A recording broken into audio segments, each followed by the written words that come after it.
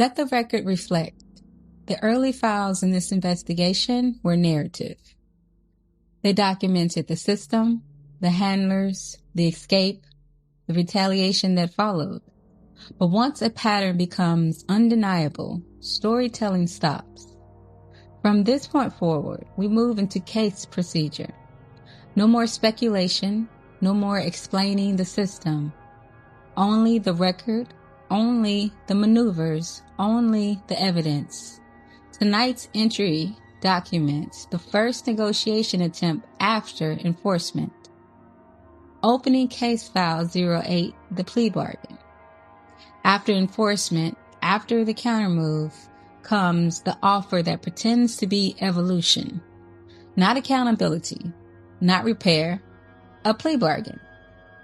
A manipulative system does not seek peace. It seeks re-entry. It seeks access under a different banner. It seeks a mutual understanding it can later cite as consent. It seeks a handshake it can weaponize as, see, we talked, we're good, case closed. This file exists for one reason: to make sure your perimeter does not get rewritten into a misunderstanding just because the tone got softer. Soft language is not safety. Soft language is not the cleanest blade. Case file 08 is not about forgiveness. It's about jurisdiction control. It is about refusing to reopen a courtroom you already exited.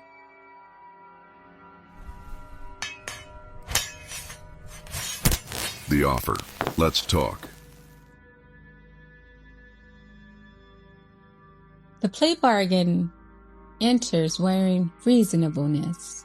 It tries to make your refusal look irrational. It tries to make your enforcement look like resentment. Common entries. Can we talk? I just want closure. I want to apologize. Let's be adults. No drama. Just 5 minutes. 5 minutes is not time. It is consideration. It is an opening. It is a foot back in the door with clean shoes and dirty intent. Notice what is missing from every offer. They rarely lead with, I will respect the boundary. They lead with, make an exception, make room, let me in just enough. That's not growth. That is negotiation with the perimeter. Consideration. What they're actually purchasing. A plea bargain is not a conversation. It is a purchase attempt, and the commodities are always the same. Number 1, private access. A room with no witnesses, a moment with no record, a space they can later reinterpret into innocence. Number 2, narrative control. A we talked headline. A we're working on it implication. A softened story that makes your enforcement look excessive. Number 3, evidence disruption. A push towards moving on before the record is complete. A pull away from documentation and into vibes. Number 4, emotional reentry. A hook into empathy. A hook into nostalgia. A hook into guilt, the oldest access code in the building. The plea bargain is not a peace offer. It is an attempt to buy leniency without earning it. And the court of reality does not run on promises. It runs on patterns. The delivery system. Mediation as routing. If direct contact fails, the offer arrives through a neutral party, a mutual, a family elder, a spiritual voice, a coworker with good intentions. This is not peacemaking. This is routing, a proxy attempt to bypass a locked door while keeping the source deniable. Operational rule. No third party gets to renegotiate a boundary they do not have to live under. Neutrality is irrelevant. Function is the only thing that matters. If a person delivers messages, that person becomes a lane, and lanes get closed. Plea bargains rarely travel alone. They travel as a package, a soft narrative routed through multiple mouths so it feels organic. One person asks questions. Another person checks in. Another person prays publicly. Another person suggests to sit down for peace. Another person warns you not to take it too far. This is not community. That is coordination. The purpose is not reunion. The purpose is to create enough social pressure to reopen access without the source ever touching the door. If the same message keeps showing up in different bodies, it is not a coincidence. It is a network running a script. So, you do not argue with the script. You close the lanes the script is using. And you let the source learn the only language recognized here: restricted permissions. Admissibility, the standard for repair. Not every apology enters the record. Not every request for peace qualifies as repair. Not every softened tone earns review. In this jurisdiction, intent is not enough. Emotion is not enough. Regret is not enough. A real offer must survive evidentiary standards. That means the offer must contain more than sentiment. It must contain burden. It must contain restraint. It must contain proof. The standard is as follows. Number 1, no demand for immediate access. A legitimate offer does not rush the boundary. It does not press for a call. It does not ask for just 5 minutes. It does not frame urgency as maturity. Anything requiring instant availability is not repair. It is appetite. Number 2, clear ownership without language fraud. Not, I'm sorry you felt that way. Not, we both made mistakes. Not, things got out of hand. Not, I hate how this ended. A legitimate offer names the conduct, the lie, the interference, the intimidation, the breach. If the wording protects the actor more than the harmed party, it fails admissibility. Number 3, no attempt to purchase mercy with emotion. Tears are not terms. Nostalgia is not structure. Spiritual language is not accountability. Missing you is not repair. Pain at consequences is not proof of transformation. A real offer does not ask you to confuse their discomfort with your safety. Number 4, corrective action that exists outside your forgiveness. A valid offer includes measurable change, not promises, not future faking, not trust me. It requires conduct that can be observed without emotional labor holding it in place. If the repair only works when you soften, guide, reassure, explain, or supervise, then no repair exists. You are not the containment unit for someone else's conscience. Number 5, full respect for the boundary while the record is still closed. This is critical. Anyone serious about repair understands they are not entitled to access during review. They do not punish distance. They do not test the perimeter. They do not send proxies. They do not create accidental contact. If the boundary is violated while asking for another chance, the request disqualifies itself immediately. Number 6, no retaliation for non-compliance. This is the cleanest test in the file. Say no, then observe. If the tone shifts, the mask shifts. If refusal triggers guilt campaigns, public sadness, spiritual manipulation, reputation damage, or pressure through others, then the offer was never repaired. It was a controlled attempt waiting for denial to expose itself. So let the standard be entered into the record. A legitimate repair process did not merely sound humble. It behaves lawfully under restriction. It tells the truth without bargaining for relief. It accepts distance without converting it into punishment. It demonstrates change without demanding audience, intimacy, or immediate reward. If those elements are absent, the offer is not admissible. It is not premature. It is not imperfect. It is not a start. It is disqualified. Because this court does not reopen on the basis of tone. It reopens only on a basis of verified, sustained, non-coercive reality. And where the standard is not met, the file remains closed. Response policy, no unstructured contact. Once a boundary has been enforced, conversation is no longer the governing mechanism. Procedure is. The objective is simple. Remove negotiation from the environment because manipulation requires discussion. Discussion requires oxygen, and oxygen is the only resource the system needs to restart the courtroom. So, the governing doctrine is entered into the record.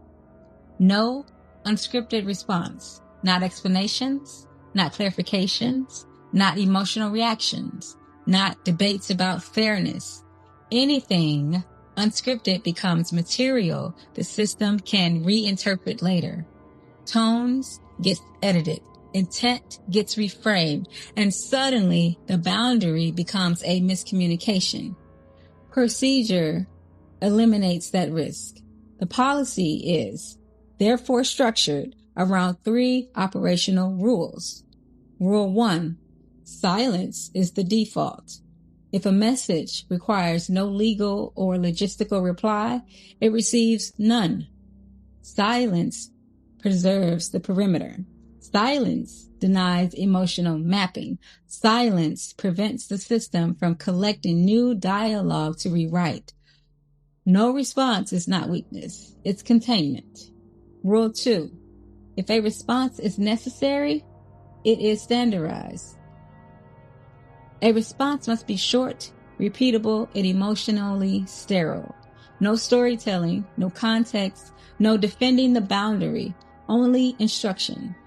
Approve response formats. Template A. I'm not available for conversation. Respect the boundary. Template B. Do not contact me again. Further attempts will be documented. Template C. Do not relay messages. This matter is not open for discussion. Template D. If communication is legally required, submit it in writing through the appropriate channel. Send once. Do not elaborate. Do not personalize the message. Personalization invites negotiation. Rule 3. No second conversations. Once a response is issued, the discussion is closed. Any follow-up attempts are treated as documentation events, not conversations. Capture it, log it, restrict it. Because the moment you begin answering the second question, the courtroom is reopened. And this file does not reopen courtrooms. The goal is not to win the argument. The goal is to remove the argument from the system entirely. Procedure achieves what explanation never will. Clarity without participation. Boundaries without debate. And a perimeter that does not depend on mood, patience, or emotional energy to remain intact. Once procedure replaces conversation, the system loses its leverage. And without leverage, the plea bargain collapses on its own. Contamination, what reopening costs. A plea bargain does not need full access to damage a boundary. It only needs a moment of contact. One reply becomes proof of openness. One meeting becomes evidence of reconciliation. One exception becomes precedent. That is how contamination enters the record. The moment a closed matter becomes a conversation again, the boundary stops functioning as law and becomes interpretation. Something that can be softened, something that can be debated, something that can be reclassified as misunderstanding instead of enforcement. That shift benefits only one side, because contact does more than reopen dialogue. It provides fresh intelligence, your tone, your hesitation, your remaining empathy, your current limits. All of it becomes usable information. Information that will not be treated as sacred. It will be analyzed, adjusted to, used to find the next opening. Reopening also alters the social record. The narrative shifts from enforcement to reconciliation, from exclusion to progress, from the door is closed to they're working things out. And once the narrative circulates, the perimeter begins losing clarity in the eyes of the environment around it. But the deepest cost is internal, because contact does not simply restart conversation. It restarts atmosphere. The body recognizes the old courtroom immediately. The pulse shifts. The vigilance returns. The familiar obligation rises again and tries to rename itself compassion. That is why the plea bargain is dangerous. Not because it's persuasive, because it attempts to pull the entire system back under shared jurisdiction. The record, the narrative, the emotional environment. And once that happens, the case stops being closed. It becomes active again, which is exactly the outcome the offer was designed to produce. So, the rule remains unchanged. A closed file does not reopen to test whether the lock still works. It remains closed because the lock already proved necessary. The only counteroffer. Let structure decide. No further interpretation is required. Structure answers the question. Not tone, not emotion, not regret. Structure. Because structure removes atmosphere. And atmosphere is where manipulation survives. That is why the counteroffer is never a conversation. It is a condition. Put it in writing. Respect the distance. Sustain the conduct. Expect restriction without protest. Then wait. Anything genuine will survive that environment. Real repair does not collapse under documentation. Real accountability does not panic under delay, but performance does. Performance needs contact, needs proximity, needs just enough access to start adjusting the narrative again. Structure removes that option, which means the outcome reveals itself without argument. If the offer steadies under restriction, the record notes discipline. If it pushes, recruits, complains, bargains, or punishes distance, the record notes motive. Either way, the answer appears without sacrificing the perimeter to obtain it. That is the only counteroffer, not access, a standard. And whatever cannot survive that standard was never safe enough to admit. The verdict.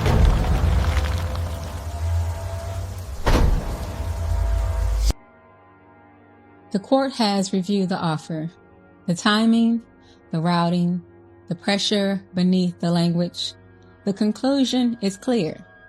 This was not repair. This was reentry.